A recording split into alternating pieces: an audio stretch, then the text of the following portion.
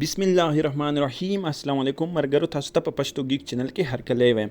مرګرو څنګه تاسو ته پته را چې په دنیا کې یو وبا کرونا وایرس پیلاو شوی دا او په ډیفرنٹ ممالک کې ډیر اموات هم تیو شو. خو مرګرو دا پیلا ځل نه دی، نن نه تقریبا 100 کاله مخکې 1918 کې په سپینش کې یو فلو پیلاو شوی و چې د کم د وجې 15 لکه خلک مړه شوي وو.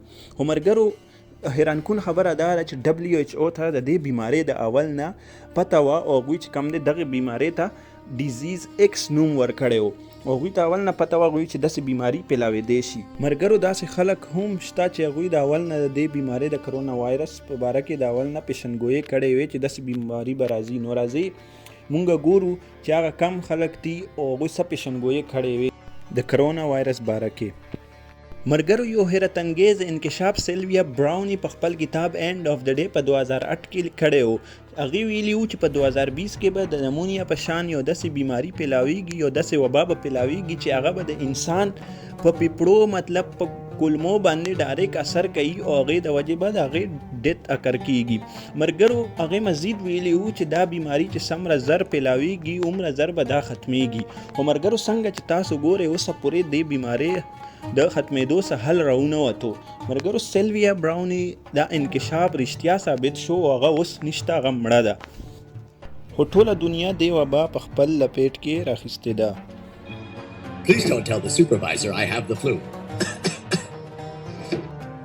مرګرو دې نه علاوه د سیمپسن کارټون په 1993 کې په خپل سیزن 4 کې هم د دې بیمارۍ وبا ذکر کړی و.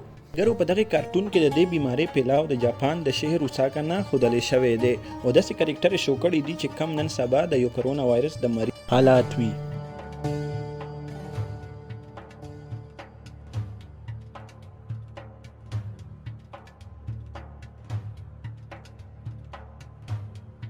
مرګرو د دې نه علاوه د دې بیمارۍ ذکر په 2011 کې یو فلم جوړ شوی دی چې د کوم نوم کنټیجن دی او په دې فلم کې دا ښودلی شوي دي چې دا بیماري د یو چمکادر د وجې پیلاو شوې ده او د هغې نوم هغوی په دغه مووي کې MEV1 ایښی و. خو مرګرو دا خبره ده چې WHO ته د دې بیمارۍ د اول نه پته وه، خو هغوی ته دا پته نه وه چې دا بیماري به څنګه او د کوم ځای نه پیلاویږي. خو هغوی د دې بیمارۍ نوم ډیزیز ایکس ایښی و. مرګرو دا کم څه چې اوس زه تاسو ته وایم دا چې تاسو واورئ نو دا به تاسو ریل کې حیران کی. مرګرو د کرونا وایرس په ټولو پیله کم کیس و هغه په 17 نومبر 2019 کې په چاینا کې ریپورټ شوی و او مونږ ته دې بیمارۍ پته په دسمبر کې ولګېده.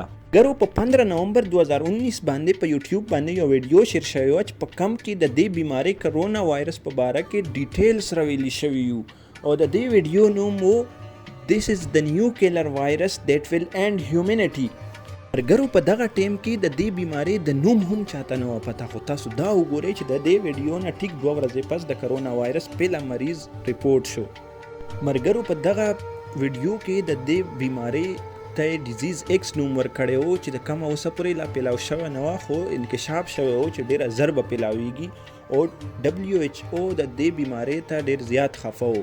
مرګرو په دغه ویډیو کې د دغه بیمارۍ په باره کې ډېر ډیټیلز راویلي وو او دغه پیشنګویي هم کړې وې د دې د سیمټمز چې کم نن سبا د کرونا وایرس په وجې کم سیمټمز لګي. مرګرو په دغه ویډیو کې دا ویلي شوي وو چې دا بیماري به د لاس ملاولو او د هوا په ذریعې هم لګي. مرګرو په دغه ویډیو کې دا هم ویلي وو چې دغه بیماری به پیلاویږي او انسان ته به د 14 دنو پورې 2 ویکس پورې د دې بیمارۍ پته نه لګي او تر هغې هغه چې چا سره هم ملاویږي هغه بیماري به پیلاویږي او په چند دنو کې به دا بیماري په هزارو لاکو خلکو کې رسیدلی او هغوی ته به دا بیماري لګېدلی وي او ایگزیکټلی مرګرو نن هغه حالات روان دي. مرګرو دا هم ویلي شوي وو چې څنګه چاته دا کرونا وایرس دا بیماري لګي نو هغه به هغه ټیم باندې کرنټین کړلی کېږي او ایگزیکټلی نن سبا اندغه روان دي. مرګرو په ویډیو کې مزید دا هم ویلي شوي وو چې د دې وایرس به څه کلیر سیمټمز څه کلیر علامات پې نه وي. خو شکر دی چې داسې ونه شو، کنې اوس په د دنیا حالات ډېر زیات خراب وی. مرګرو دغه ویډیو په 15 نومبر 2019 باندې په یوټیوب باندې پبلش شوی او ټیک د دې ویډیو نه 2 ورځې پس په 17 نومبر 2019 باندې د چاینا د شهر نه د دې بیماري مریض چې کم دی هغه ریپورټ کړلی شو. مرګرو دا ظاهره خبره ده چې WHO د اول نه د دې بیماری د کرونا وایرس په شان بیماری د پیلاویدلو اظهار کړی و، خو دومره زر به پیلاویږي هغوی ته خپله هم دا علم نه و. مرګرو اوس دا بیماری پیلاو شوې ده، اوس مونږ ته په دغه حالاتو کې څه کول پکار دي؟ مونږ الله تعالی اشرف المخلوقات پیدا کړي.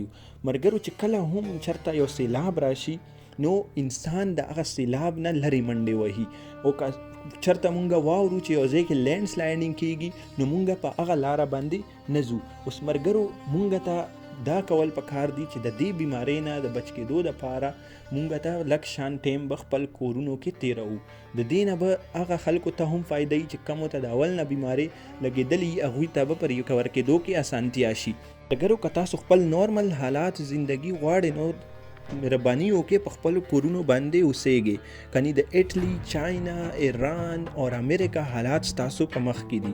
او مرګرو په دغه ټایم کې د هغه مستحق خلکو مدد وکړئ چې کومو ته د راشن وغیره ضرورت دي. مرګرو مونځ او دس کوئ، ذکر کوئ او قرآن سبق وایئ او دعا کوئ، انشاءالله ډیر زر به د دې وبا نه الله تعالی مونږ ته نجات را نصیب کړي.